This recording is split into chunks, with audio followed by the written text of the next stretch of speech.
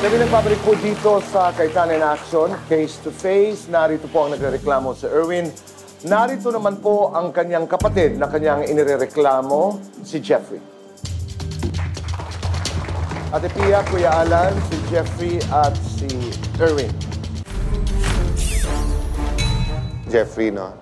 Ginamit mo atang word, doon ka lang nakakalimot. Ano yung mga pains mo? Ano yung hurt mo kaya gusto mong makalimot? Minsan yung anak ko, uwi lang pag gusto, pag ayaw. Doon, pinapakailan mo ko ngayon, di na. Para nasanay na ako na kung kailan lang sila uwi. Dati talagang nag-away pa ako ng magulang kasi wala raw pakialam. Kasi lalaki ko, hindi ko pinapakita na nag-aalala ako. Pero hindi nila alam, umiikot din ako. Akala nila wala akong pakialam sa anak ko. Parang ako lang kasi mag-isa. Kaya parang nasanay na ako na, sige, ako na lang. Sorry, kailangan ko lang tanungin para maintindihan ko talaga sitwasyon mo. So, ang anak mo, 6. 5 na lang ba? Patay na ako kasi isa. Ilang taon nung namatay yung isa? Magpi-15 no. So sorry for that. Isa ba yun sa parang masyadong mabigat para sa'yo? Mahirap kasi mamatayan ng anak sa asawa. Yun, so yung asawa at yung anak mo, pag may ganong kasakit, hindi ko rin ma-imagine. Let me ask you directly this question. Tingin mo ba, alam mo pa rin kung paanong maging tatay sa kanila? Gusto ko pa rin. Kaya lang, minsan pag nagsasalita na kasi, umiiwas na yung mga anak ko. Pero pag sinabi mo kasi, halimbawa sa susunod na araw na, anak, ayokong may mangyari sa inyo. Yung sinabi mo kanina, baka magkatotoo din yun. Pero alam mong may sugat na yun. Tatay kita, naisip mo yun, na sana mamatay na lang kami. So, kuha mo rin naman, Jeff, na may sugat yun. Tatawid ako sa iyo, Erwin, na kahit tama kayo, pag nasasabi nyo rin kay Jeff yun, nakita mo, Apo. natatanim niya eh. So, yung kahit mali siya, tatanggapin niya. Pero pag madalas, tinatanim niya na, ako na lang parating mali. Wala na akong ginawang tama.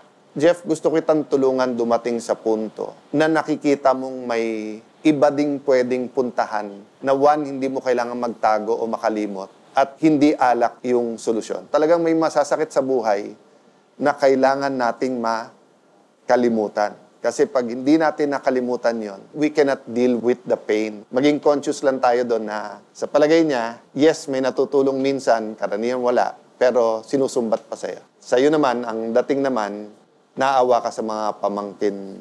Sa isang banda, naiintindihan ko, siguro the right word is boundary, Kuya Boy. Naiintindihan ko na pag sinabi mong wag makialam, ang ibig sabihin, wag naman yung parang napakawalang kwenta ng ama.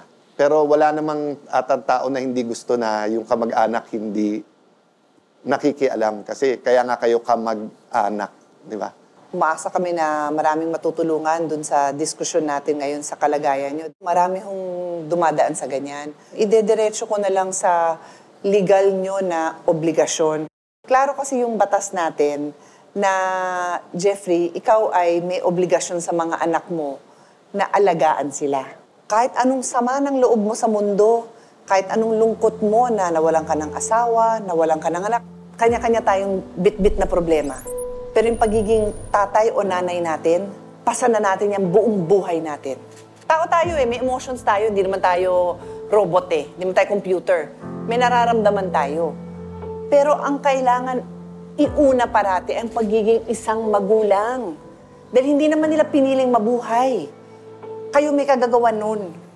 Bago nyo sabihin na pinapahirapan kayo ng anak nyo, isipin nyo rin kung sino naman yung tinitingnan nila, sino yung tinitingala nila, sino yung magbibigay sa kanila ng inspirasyon. Kayo ho ba'y nakakaramdaman ng pagmamalasakit ng inyong kapatid? Pag sa bahay kami, pag may away kami, hindi naman kami nagkikibuan talaga. Pero ramdam nyo yung malasakit niya. Oo naman, no. Okay lang tumulong. Pero yung sasabihin mo, ikaw na lahat, di naman totoo yun. Ilang oras sa isang linggo ang nawawala sa buhay nyo dahil sa inom na yan? Isipin niyo ho. Mga 5 oras siguro. Bisa kasi wala ko kapag day off. Kahit linggo, pumapasok ko talaga ako. O di, kung araw-araw pala pasok nyo, di dapat di kayo kinakapos dahil may sweldo naman pala kayo araw-araw. Maaari kaya, Jeffrey, na yung pananaw mo, iba sa pananaw ng mga anak mo. Yung pananaw mo, mabuti kang ama, pero pananaw ng mga anak mo, di lang naman pera tayo. Yung mapasyal mo kami, yung makamusta mo kami, yung umupo tayo na may pinagkwentuhan, hanggang bitawan mo yung alak, doon ka nakakadena. Hindi mo madidiscover yung ibang pwede mong gawin kasama mga anak mo. Hindi mo madidiscover yung iba mong pangarap. So akala mo nakakalimot ka sa nangyari sa anak mo at asawa mo, pero hindi mo makita sa ngayon, napapabayaan mo yung mga anak mo rin. Ano ba ang ebidensya na yung isang puno ay maayos? Di ba yung bunga? Sorry hindi mo pwedeng sabihin mabuti akong ama dahil may uwi kang pera at pinapakain mo sila. Kasi unang-una, ayaw nilang pumirmi sa'yo at ayaw nilang sumunod sa'yo. Tanungin mo ako, tingin ko ba pwede kang maging napakabuting ama? Oo. Tingin ko mabait kang tao Tingin ko talagang sunod-sunod lang na sobrang sakit ang nangyari sa'yo. Ang problema, tutuloy-tuloy yun pag hindi mo binitawan. So I'll stop there, but if you want to change, if you want to try, gusto mong mangarap, gusto mong tunay na makalimot, nandito kami para tumulong. Dagdag ko na lang, Noy. So yung isang anak mo na nakatira sa'yo, may TB siya, di ba? Ano kalagayan niya? May nakakalakad-lado. Kaya lang konting hingalo siya. Natapos ba niya yung treatment ng TB? Nagagamutan pa po siya ngayon. Tuloy-tuloy naman. Kasi for public information lang, Kuya Boy, the Philippines is one of the countries na talagang yung TB sa atin, hindi pa talaga natin na-control. And now, the research shows na one reason is, syempre nung una, mahal ang gamot. So, ginawa ng gobyerno, libre ng gamot. So, anyone watching, be sure yung mahal nyo sa buhay, kino-complete ang course na yon, yung TB Doc program na yan. And libre yon, libre. So, pagpunta ka sa health center, dudura lang kayo, ite-testing yung dura nyo, and then, pag positive, i-refer kayo dun sa pwedeng magbigay sa inyo nung complete program na yan. Papasalamat ako sa kapatid mo na nag-aalala siya sa'yo. Di man kayo magkasundok. Ang puntos is siya huway, nagmamalasakit. Wala ka naman sinisingil sa yung kapatid mo Andyan na siya para tumulong. Erwin, I want to honor you na mahal mo pamilya mo, gusto mong mabuo, gusto mong makatulong. Pero yung advice ko lang, minsan kasi kahit tama, hindi niya gusto marinig yon. Apo. So, umanap ka ng ibang paraan na iba makapagsabi sa kanya kasi nandun na sa kanya na pag ikaw nagsalita, parang hindi tulong Ang dating sa kanya, tinitira mo siya. And then, Jeffrey, ang gusto kong pag-isipan mo kasi, baka kasi sabihin ng mga manunod, hanggang dyan na lang nga si Jeffrey, paano ka magiging inspirasyon? Lalo sa mga bata ngayon, yung lumaban ka lang, inspirasyon na. So, hindi mo kailangan maging milyonaryo, hindi mo kailangan na ikaw may-ari ng negosyo, hindi mo kailangan maging engineer. Para sa anak mo, ikaw maging inspirasyon. So, ibig sabihin, pag tinignan ka ng anak mo at sabihin, grabe magtrabaho tatay namin. O tatay namin, kahit walang-wala, may kakainin kami. Inspirasyon na yun Pero yung makita nila, nagtatago ka at umiinom ka, yung oras mo nandun kay alak na sa barkada mo, wala sa kanila, hindi nakaka-inspire yun. So kahit ano sabihin mo, pumunta ka sa eskwelahan, bakit tatay ko nagiinuman lang sa kanto? Mag-aral ka, bakit tatay ko umiinom lang? Magkaroon ka ng pangarap, bakit pangarap ng tatay ko uminom lang? So kung sa sarili mo nag-give up ka na, gandito na lang, ito lang enjoy ko, huwag ka naman mag-give up sa mga anak mo. Tingin ko hindi ka masamang tao. Pero yung landas mo, masama. Kailangan mong baguhin yon. Bakit? Hindi lang ikaw tumatawid sa landas mo, sumusunod na yung mga anak mo. So kung sa'yo, okay na yon, ka naman pumayag na dun sumunod yung mga anak mo. Gusto mo ba? Bisitahin ka ng staff namin? Kausapin din yung mga anak mo? Malaman natin, baka naman yung landas nila matulungan pa natin maayos. Bilang pagtatapos lang, masamang loob mo, Jeffrey, na dinala ka ni Erwin dito? Hindi naman.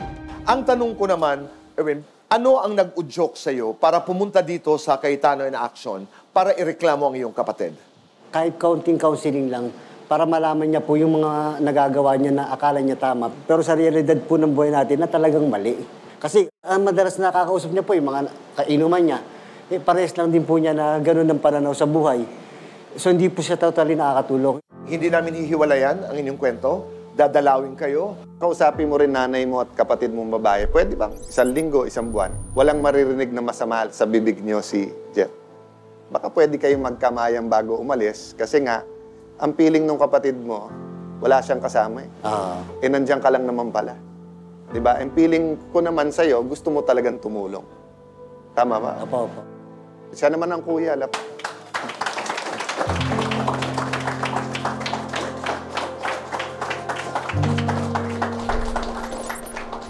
Maaring ito umpisa, Jeff. Parati natin sinasabi ito lahat nagagawa ng paraan sa mabuting pag-uusap. Di ba? Maraming salamat. Erwin, Jeff, ito ang aming susunod na kwento. Isang ama. Gusto naman niya maayos ang kanyang karapatan para makita ang kanyang mga anak. Ito ang kanyang inihihingi ng payong kapatid. Matutunghayan po natin ito sa pagbabalik ng...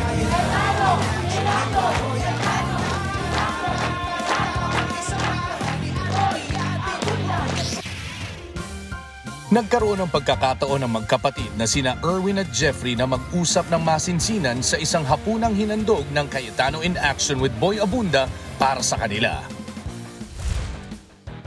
Naipamili rin sila ng programa ng mga groceries na iuuwi nila sa kanilang pamilya. Ayoko naman siya makita sa ganung sitwasyon na araw-araw na lumusa sa alak. Ayoko naman po siya makita na ganun. Ngayon medyo okay na po. Hindi na naman po siya totally nag-iinom. Yun ang maganda sa ngayon, sa nangyari. Kasama naman ng kanyang mga pamangkin, anak at apo, nahandugan rin ng programa si Erwin at ang kanilang pamilya ng isang masarap na salo-salo. Ako po, misahe ko po kay Kuya Alam at kay Ate Pia. Maraming po salamat at nabigyan po ako ng pagkakataon na makaharap po sila at nabigyan niyo po kami ng magandang experience po na nagkasama-sama po kami. Ito, pagkakataon po ito na kahit papano na magkaroon kami ng bonding. Samantala, minabuti ng CIA with BA na sorpresang bisitahin si Jeremy kasama si Doktora Vivian Eustaquio para suriin ang kanyang kalagayan. Parang sa sitwasyon niya, parang nahihirapan pa siyang huminga. Parang konting kilos niya, parang hirap siyang huminga. Yun lang yung kondisyon niya, ang hindi maganda. Nung ini-interview ko siya, regarding dun sa gamutan niya, nasagot niya kasi noon nakakalimutan niya. Kaya ang sinabi ko sa kanya, dapat religiously iinumin niya yon. Hangad ng CIA with BA ang agad na paggaling ni Jeremy at tuloy-tuloy na kapayapaan sa loob ng tahanan ng magkapatid na Erwin at Jeffrey. Masaya po ako na hindi ko po akalain na sa isang message ko lang po dun sa page nyo, nabigyan na agad ako ng pagkakataon na i-ano agad yung problema namin po.